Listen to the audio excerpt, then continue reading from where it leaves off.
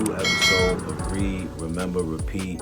And we kicking this show off, showing some love to Iron Mastery Academy. Shout out Doc Spills and Christopher Terry. They're teaching people how to learn and earn on the go and manage their own finances.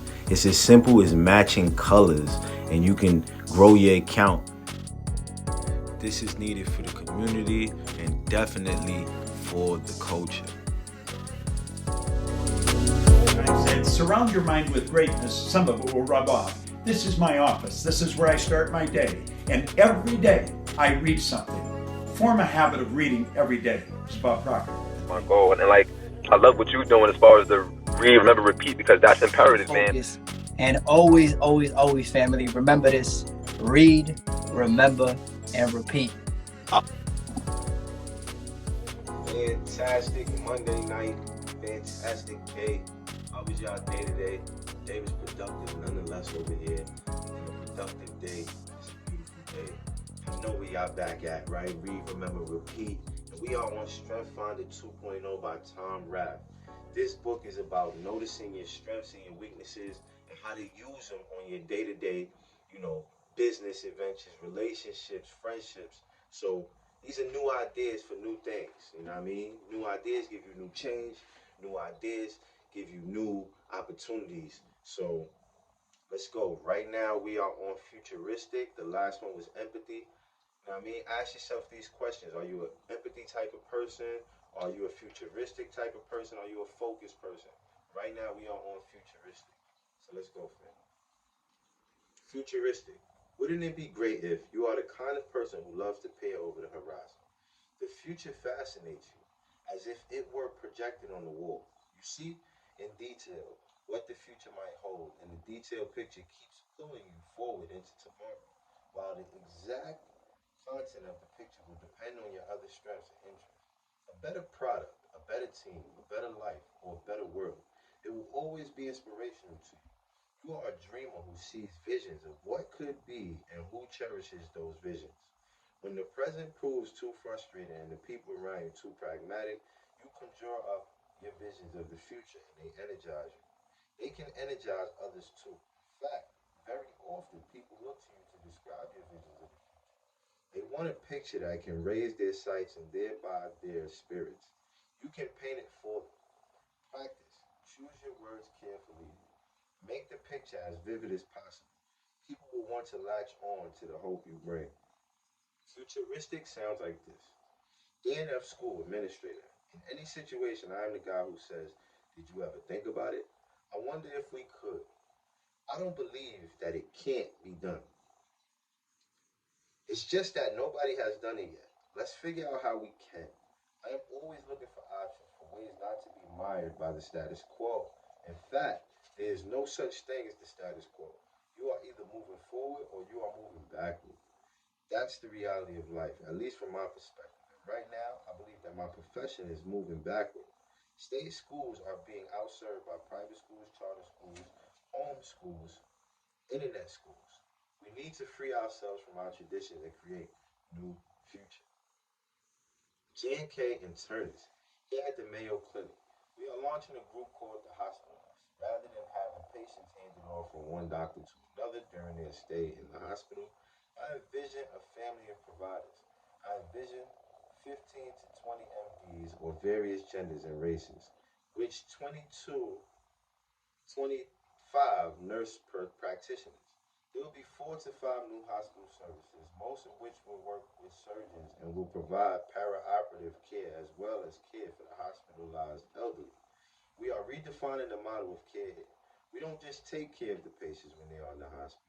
If a patient comes in for a knee replacement, a member of the hospitalist team will see him before the surgery, follow him from the day of surgery through the days of hospitalization, and then see him when he comes in 6 weeks later for his post-operative check. We will provide patients with a complete episode of care so that they don't get lost in the handoffs and to get the funding. I just saw the detailed picture in my head and kept describing this picture to the department chair. I guess I made it seem so real that they had no choice but to grant me the funds. Ideas for action. 1. Choose roles in which you can contribute your ideas about the future. For example, you might excel in entrepreneurial or startup situations. 2, take time to think about the future. The more time you spend considering your ideas about the future, the more vivid your ideas will become. The more vivid your ideas, the more persuasive you will be. 3, seek audiences who appreciate your ideas for the future. They will expect you to make these ideas a reality, and these expectations will motivate you. 4, find a friend or colleague who also has powerful futuristic talents. Set aside an hour each month for future discussions. You can push each other to greater heights of creativity and vividness. 5, partner with someone with strong activated talents. This person can remind you that you do not discover the future. You create it with the actions you take today. 6, you inspire others with your images of the future, yet your thinking may be too expansive for them to comprehend. When you articulate your vision, be sure to describe the future in detail with vivid words and metaphors. Make your ideas and strategies more concrete via sketches, step-by-step actions, plans, or mock-ups models so that others can readily grasp your intent. 7, surround yourself with people who are eager to put your visions into motion. They will feel exhilarated by your futuristic talents, and you can harness their energy to propel the vision toward reality. 8, be prepared to provide logical support for your futuristic thinking. The exciting visions of future success will be best received when rooted in real possibility.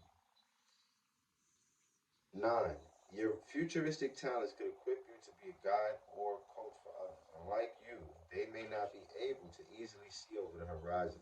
If you catch a vision of what someone could be or do, don't assume that he or she is aware of that potential. Share what you see as vividly as you can. In doing so, you may inspire someone to move forward. 10, musing about the future comes naturally to you. Read articles about technology, science, and research to gain knowledge that will fuel your imagination. Working with others who have futuristic traits. 1, keep in mind that this person lives for the future. Ask yourself to share her vision with you. A vision about her career, about your organization, and about the marketplace or field in general. 2, stimulate this person by talking with her often about what could be. Ask lots of questions, push her to make the future she sees as vivid as possible. 3, send this person any data or articles you spot that would be of interest to her. She needs grist for her futuristic mill. Family, you already know what time it is. It's source time, right? But I think futuristic was dope. Let me know what you think in the comments and all that. And let's go.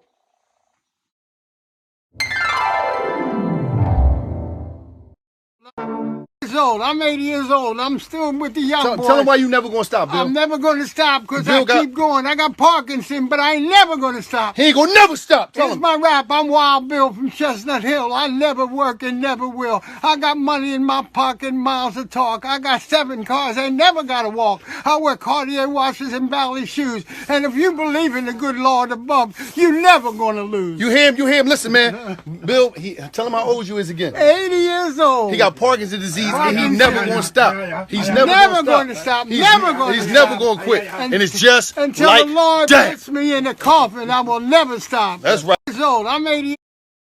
Yes, y'all. We are definitely back with some more fire for y'all, you know what I mean?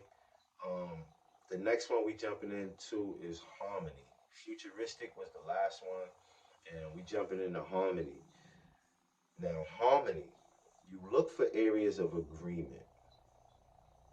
Harmony, you look for areas of agreement. In your view, there is little to be gained from conflict and friction, so you seek to hold them to a minimum. When you know that the people around you hold differing views, you try to find a common ground. You try to steer them away from confrontation and toward harmony. In fact, harmony is one of your guiding values. You can't quite believe how much time is wasted by people trying to impose their views on others. Wouldn't we all be more productive if we kept our own opinions in check and instead looked for consensus and support? You believe we would, and you live by that belief. When others are surrounding or sounding off about their goals, their claims, and their fervent held opinions, you hold your peace. When others strike out in a direction, you will willingly, in the service of harmony, modify your own objectives to merge with theirs. as long as their basic values do not clash with yours. When others start to argue about their pet theory of concept, you steer clear of the debate, preferring to talk about practical, down to earth matters on which you can all agree. In your view, we are all in the same boat, and we need this boat to get where we are going. It is a good boat. There's no need to rock it just to show that you can. Wow, that was deep, y'all. Harmony sounds like this: Janae C. Benedictine Nunn. I like people. I relate to them easily because I am very strong in adjustment. I take the shape of the vessel into which I am poured, so I don't irritate easily. Chuck M. Teacher. I don't like conflict in class, but I have learned to let things run their course instead of trying to stop it right away. When I first started teaching, if someone said something negative, I would think, oh, why did you have to say that? And try to get rid of it right away. But now I simply try to get the opinion of someone else in the class so that perhaps we can have different point of views on the same topic. Tom P. Technician. I can remember vividly when I was 10 or 11 and some of the kids in my school would get into arguments. For some reason, I would feel compelled to get in the middle of things and find the common ground. I was the peacemaker. Ideas for action. One, use your harmony talents to build a network of people with differing perspectives. Rely on these people when you need expertise. Your openness to these differing perspectives will help you learn. Two, when two people are arguing, ask others in the group to share their thoughts. By increasing the number of voices in the conversation, you are more likely to find areas where all parties can agree. You can draw people together.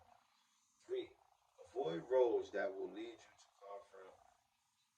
to confront people on a daily basis. Sales roles based on cold calls or roles in highly competitive workplaces, for example, will frustrate or upset you. Three, four, practice your techniques for resolving conflict without confrontation. Without these polished techniques, you might find yourself simply running away from conflicts, leaving them unresolved. This could lead you to passive aggressive behavior. Five, partner with someone especially talented in command or activator. When all your best efforts to resolve a conflict have met with no success, this person can help you confront it head on. Six, create interactions and forums in which people feel like their opinions are truly being heard. In doing so, you will help others become more engaged in group projects and activities. Seven, be aware that your attempts to create harmony by allowing everyone a turn to speak might actually create disharmony. Some people, individuals with exceptional achiever talents, for example, may be anxious to make a decision and take action. Learn to briefly yet effectively communicate the value of listening. Eight, understand that some may take advantage of your efforts to produce harmony. On occasion, when everyone is getting an opportunity to speak, some individuals might waste time positioning themselves or getting into lofty debates that have little relevance to the task at hand. At these times, do not hesitate to jump in and turn the conversation around. No more practical matters. A balance between listening and efficiency is key to harmony. Nine, in discussions,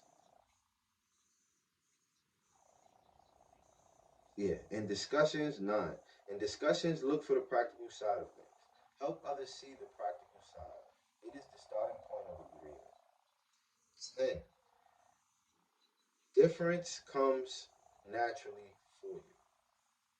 You easily step aside when someone with superior expertise enters. Take the next step by inviting those with greater expertise to consult. Now, working with others who have the harmony trait. One, steer this person as far as possible away from conflict. Try not to invite him to meetings where there will almost certainly be arguments because he is not at his best when confronting others. Two, don't waste your time discussing controversial subjects with this person. He will not enjoy debate for its own sake. Instead, keep your discussions focused on practical matters about which clear action can be taken. Three, when others are locked in disagreement, this person can help unlock them. He will not necessarily resolve the subject under debate, but he will help people find other areas where they agree.